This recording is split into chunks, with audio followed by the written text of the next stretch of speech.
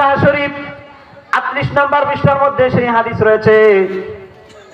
বাইহাকি শরীফের 305 নম্বর পৃষ্ঠার মধ্যে সেই হাদিস রয়েছে। নবীজি বলেন, ইউশিকু আয়াতি আলান নাসি জামানুন লা ইয়াবকা মিনাল ইসলামি ইল্লা ইসমুহু ওয়া লা ইয়াবকা মিনাল কুরআনি ইল্লা রাসমুহু মাসাজিদুহুম আমিরা ওয়া হিয়া খারাবুম মিনাল হুদা। রাওয়াহুল মিশকাত।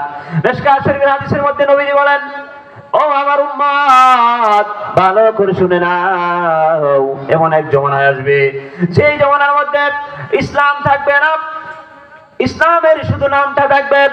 ওয়ালা ইয়াবকা মিনাল কুরআন ইল্লা রাসমুহু, কুরআন থাকবে না, কোরআনের যে অক্ষরগুলি আছে সেই লেখাগুলি থাকবে, সাদা কালো লেখাগুলি থাকবে। আমার মুসলমান ভাইরা, নবীজি বলেন মাসাজিদুহুম আমিরা, এই যুগের মধ্যে মানুষ মসজিদে ভরপুর হয়ে যাবে কিন্তু ঈমান শূন্য থাকবে। জোরে বলেন নাউজুবিল্লাহ।